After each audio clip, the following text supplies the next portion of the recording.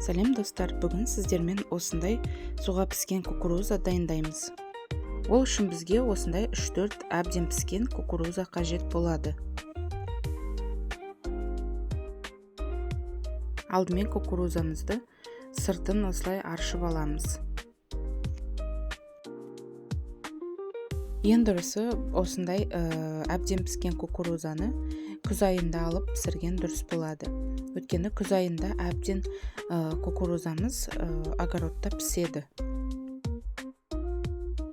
Кукурузамыздың сыртын аршығаннан кейін әбден осылай суға жуып аламыз. Достар, бұны пісірмес бұрын ортасынан осылай бөліп аламыз. Өйткені мен мантваркаға пісірем. Менің мантваркам табақтарына бұл симайды.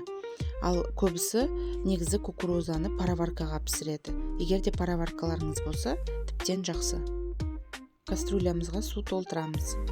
Сосын бетіне осындай мантварканың табақтарын қойып, ішіне кукурузамызды саламыз. Бетін крышкамен осылай басып жауып қоямыз.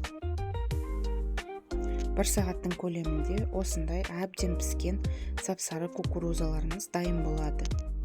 Пісіп болған соң осылай тұзын себеміз. Дәмі керемет болып шығады.